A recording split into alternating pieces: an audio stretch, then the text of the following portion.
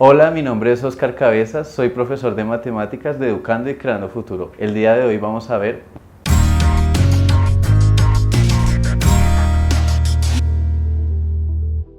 sistemas numéricos. Como tal, no sabemos cuándo surge la necesidad del hombre para empezar a contar y organizar elementos, pero sí podemos darnos cuenta que es una necesidad imperante. Entonces, desde hace miles de años que el hombre empezó a contar.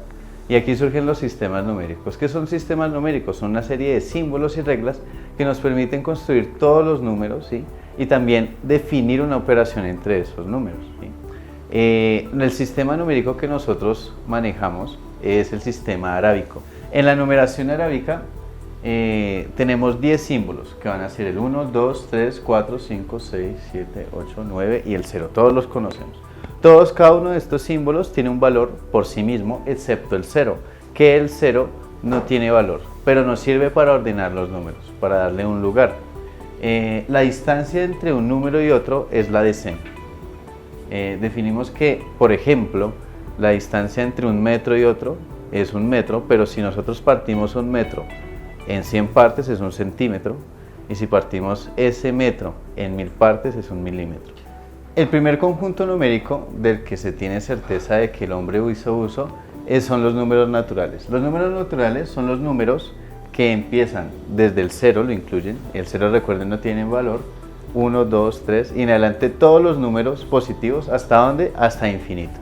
¿Para qué nos sirven los números naturales? Los números naturales nos sirven para contar, se llaman cardinales, y también nos sirven para ordenar, ordinales. Entonces todos nos podemos dar cuenta que en nuestra cotidianidad necesitamos cuantificar o ordenar situaciones. Para eso hacemos uso de los números naturales. Como habíamos dicho anteriormente, para definir un sistema numérico necesitamos también unas operaciones fundamentales. Las operaciones fundamentales que vamos a definir son la suma y el producto. También diremos que si dentro de esa operación el resultado de esa operación es un número que pertenece a ese conjunto, llamaremos esto una operación interna. Entonces nuestras dos operaciones fundamentales, suma y producto, son operaciones internas, en este caso del conjunto de números naturales. ¿Qué significa eso?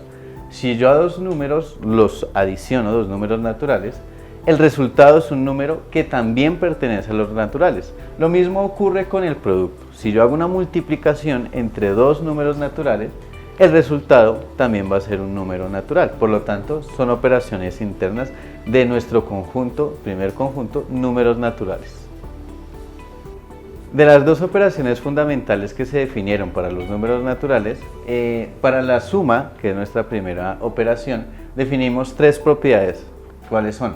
La conmutativa, que dice que si un número A más un número B se suman, da lo mismo que si se alza al revés un número B más un número A. Entonces todos traemos que 3 más 5 da lo mismo que 5 más 3.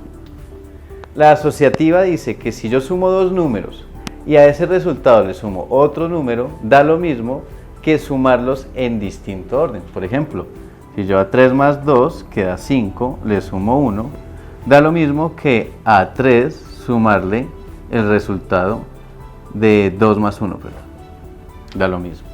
Y definimos el elemento neutro. En las dos operaciones definimos un elemento neutro, es decir, un número porque yo haga esa operación o su inversa y obtenga el mismo número. En este caso es el 0. Es fácil de darse cuenta que si a 2, por ejemplo, le sumamos 0, pues efectivamente da igualmente 2. De las operaciones fundamentales que definimos para los números naturales, la segunda es la multiplicación o producto. Definimos cuatro propiedades. La propiedad asociativa nuevamente nos dice que si multiplicamos primero A por B y el resultado lo multiplicamos por C, da lo mismo que multiplicar A por el resultado de B por C, o sea, de la multiplicación. Un ejemplo es 3 por 2 y ese resultado, multiplicarlo por 3, es lo mismo que multiplicar 3 por 2. El orden en que yo haga la multiplicación me va a dar el mismo resultado. La siguiente es la conmutativa, que es para dos elementos. El orden en que yo multiplique esos dos elementos A por B da igual que si los multiplico B por A. Ya sabemos, 3 por 2 es lo mismo que 2 por 3. Y esta propiedad que me parece que es elemental es la propiedad distributiva. Nos dice que si tenemos un número que multiplica, este paréntesis hace referencia a factor o multiplicación, a una suma interna. Pues lo que yo debo hacer es distribuir, por eso se llama así, el elemento de afuera por cada uno de los elementos que está dentro. Entonces me queda que A factor de B más C es A por B más A por C. Un ejemplo de eso es decir, 3 por 5 más 2.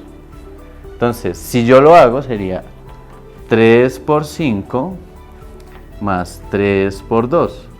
Esto me da 3 por 5, 15 y 3 por 2, 6 y esto da 21. Pero si lo hago de este lado tengo 3 por 7 y 3 por 7 pues da 21 y 21 es igual a 21. Efectivamente comprobamos la propiedad distributiva. Finalmente, la cuarta propiedad que definimos para la multiplicación, en este caso de números naturales, es el elemento neutro. El elemento neutro de la multiplicación es el 1, porque si multiplicamos cualquier número por 1 me da el mismo número. Nótese la diferencia, que para la suma es el 0, mientras que para la multiplicación el elemento neutro es el 1.